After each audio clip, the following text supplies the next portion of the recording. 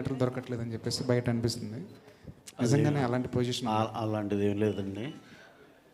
మాకు కావాల్సిన sufficient 110 screens ఉన్నాయి. రేపు రిలీజ్ అయినాక గ్రాడ్యువల్గా ఇప్పుడు 4-5 సినిమాలు ఒకసారి రిలీజ్ అయినాక అందరం పంచుకుంటాం కదండి.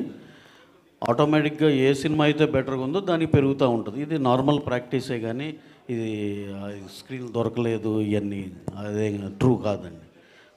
మా సినిమాకి కావాల్సిన మంచి రిలీజ్కి సఫిషియెంట్ స్క్రీన్స్ ఉన్నాయి.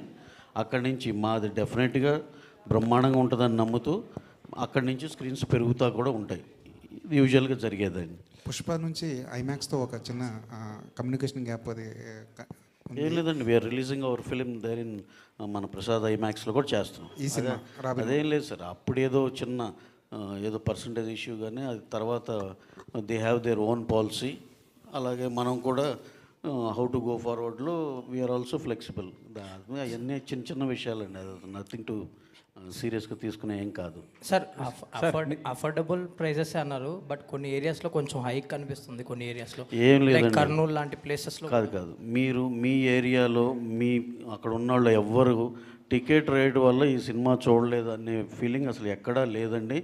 వెరీ ఫ్యూ సెంటర్స్లో, కొన్ని చోట్ల అది కూడా లిబర్టీ మేము రెస్పెక్టివ్ డిస్ట్రిబ్యూటర్కి ఇచ్చాం. మీరు ఎక్కడన్నా ఉంటే ఇది జీవో ఉంది. మా సిన్సియర్ థింగ్ ఏంటంటే ఎక్కడా సరే పెంచుకోకుండా మామూలుగా నార్మల్ టికెట్ రేట్స్లోనే చేయమని చెప్పామండి. అంటే వాళ్ళ ఇష్టానికి వదిలేసారు.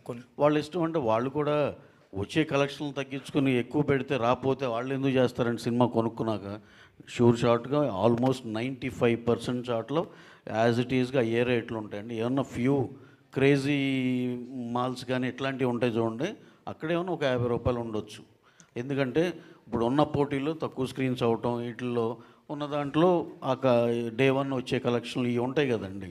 దానివల్ల వాళ్ళు ఏమన్నా అది కరెక్ట్ అనిపిస్తే చేసుకుంటారు అంతే. 95% యాజ్ ఇట్ ఈజ్గా మీకు నైజాంలో అయితే 110-80 రూపాయలు సింగిల్ స్క్రీన్లు ఉన్నాయి. ఇంత అఫోర్డబుల్ ప్రైస్ అంటే అది. ఇప్పుడు ఫర్ ఎగ్జాంపుల్ గచ్చిబౌలి సరౌండింగ్స్లో ఉన్న వాళ్ళు ఒక 50 రూపాయలు ఎక్కువ పెట్టడానికి ఇబ్బంది లేదు వాళ్ళకు కూడా. అది కూడా ఏమీ ఎన్హాన్స్డ్ రేట్ కాదండి, పాత నార్మల్ రేటే. దానికన్నా తగ్గియాలా అనే ఆలోచన కూడా చేసాం యాక్చువల్గా.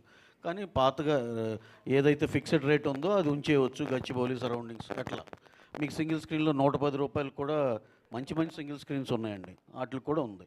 సో ఈ సినిమాకి ఆ టికెట్ రేటు వల్ల నేను సినిమా చూడలేకపోయాను అనే ఆడియన్సే ఉంటారండి. నితిన్ గారు, సార్ మొన్న ప్రీ రిలీజ్ ఈవెంట్లో కొంచెం ఎమోషనల్ అయ్యారు. ఒక్కసారిగా మీ ఏవి చూసాక జర్నీ అంతా గుర్తొచ్చిందా? కొంచెం